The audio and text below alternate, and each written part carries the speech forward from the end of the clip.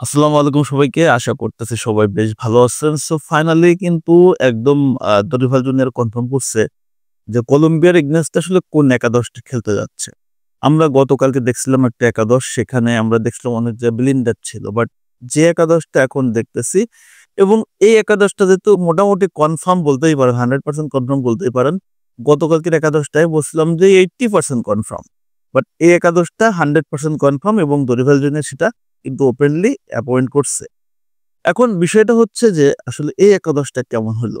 বা এই একাদশটা নিয়ে খেললে কেমন হতে পারে ব্রাজিলের কলম্বিয়ার এই মিশনটা? ফার্স্ট এ যদি বলি দেখেন রদ্রিগো তো কখনো কোনোভাবেই নাম্বার 9 হিসেবে চলে না। সেই জায়গাটায় দরিভাল জুনিয়র তাকে নাম্বার 9 হিসেবে ট্রাই করছে, কিন্তু তখন সে চিন্তা ভাবনা করছে হয়তোবা বা টিম মিটিং করছে যে আসলে রদ্রিগোকে এর আগে দরিভাল জুনিয়র কলম্বিয়ার সাথেই খেলাইছে ওইখানে, কিন্তু রেজাল্ট আসে নাই। কারণ রদ্রিগোর যে পজিশন সেটা ছাড়া রদ্রিগো যদি আপনি নাম্বার 9 এ খেলান রেজাল্ট আসবে না।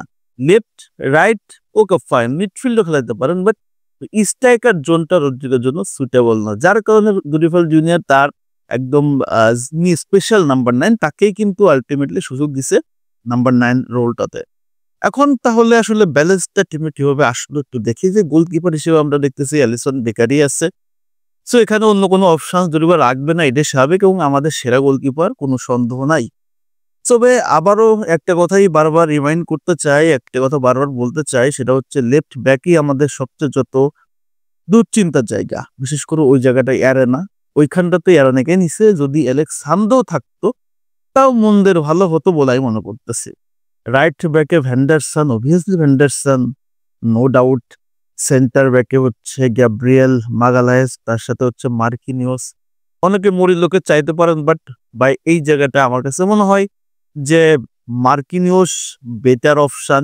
লাস্ট সিজন না, যে সিজন চলতেছে রানিং পিএসজিতে, তার পারফরমেন্সটা সুপার ডুপার, এক কথা দুর্দান্ত। এরিয়াল বল, তারপর ডাবল ডুয়েল, সবকিছুতে এরিয়াল ডুয়েল বলেন, গ্রাউন্ড ডুয়েল, সব জায়গায় কিন্তু আপনার সুপার পারফর্ম করতেছে হচ্ছে এই মার্কিনোস। সো মার্কিনোস ছাড়া অন্য কারো চিন্তা ভাবনা করা যায় না। এখন যদি মিডফিল্ড যদি চিন্তা করি, মিডফিল্ডের জায়গাটা হয়তো অনেকেই বলবেন হ্যাঁ 100% ঠিক আছে, অনেকে বলবেন না এখানটাতে জুয়েলিংটন হলে ব্রুনোর সাথে ভালো হতো। সো এখানে দিছে হচ্ছে ব্রুনো এবং গার্সন। আমরা জানি গার্সন লাস্ট ম্যাচে উরুগুয়ের সাথে কিন্তু গোল করে ব্রাজিলের সম্মান বাঁচাইছে, ড্র করছে। সো এই জায়গাটায় জুয়েলিংটন হলে কি হতো, ফিজিক্যাল ফুটবলটা আমরা আরেকটু স্বয়ংসম্পূর্ণভাবে খেলতে পারতাম। তো যাই হোক, এখানে আমরা গার্সনকে পাইছি, এটাতেও আমরা খুব একটা হতাশ না। মিডফিল্ডটা আরো একটু ব্যালেন্স করা যেত যদি এইখানটাতে এডারসনকে এড করা যেত, অথবা আন্ডে সান্তোস থাকতো বা ক্যাসেমিরোর মতো একটা ক্যারেক্টার থাকতো, তাহলে কিন্তু একটু স্যাটিসফ্যাকশন আরো বেড়ে যেত গার্সনের চেয়ে। এখন হচ্ছে আমরা দেখতে পারছি যে রাফিনাকে ইউজ করা হচ্ছে নেইমারের জায়গাটায়। এটা আমার কাছে খুব ভালো লাগছে। আমি চাচ্ছিলাম যে রাফিনাকে উইং না হিসেবে খেলায় রাফিনাকে নেইমারের রোলটাতে দেয়া হোক। রাইট উইঙ্গে রদ্রিগো, লেফট উইঙ্গে ভিনিসিয়াস জুনিয়র। তাহলে ২ টা ভালো একটা কম্বিনেশনের সাথে রাখেন এবং নাম্বার 9 রোলটাতে আমরা দেখতে পাচ্ছি এখানে জোয়াও পেদ্রোকে। তার মানে হচ্ছে জোয়াও পেদ্রো যেহেতু special number 9, so special number 9 দিয়ে কিন্তু আমরা আসলে বাজিমাতটা করতে চাই। যেহেতু নাম্বার 9 হিসেবে জোয়াও পেদ্রো ইংলিশ প্রিমিয়ার লিগে যথেষ্ট প্রমিনেন্ট পারফরম্যান্স করছে, দুর্দান্ত পারফরম্যান্স করছে। এই জায়গাটা আসলে তাকে ছাড়া অন্য কারো বিবেচনা করাটাও দরিভাল জুনিয়রের জন্য একটা ক্রাইমই হইতো। সো এটা হচ্ছে ব্রাজিলের স্টার্টিং 11 এবং আশা করতেছি এই 11 দিয়ে কলম্বিয়ার এগেইনস্টে আমরা ভালো করতে পারবো।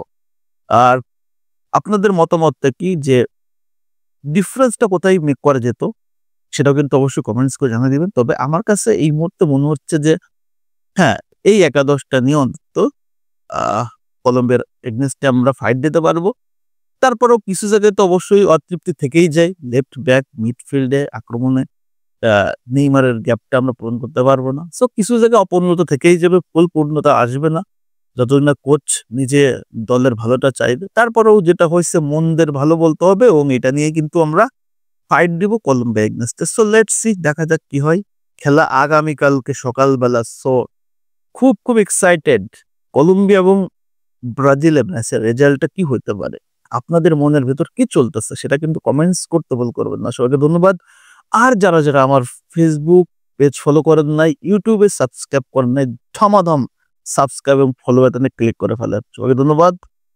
আল্লাহ হাফেজ।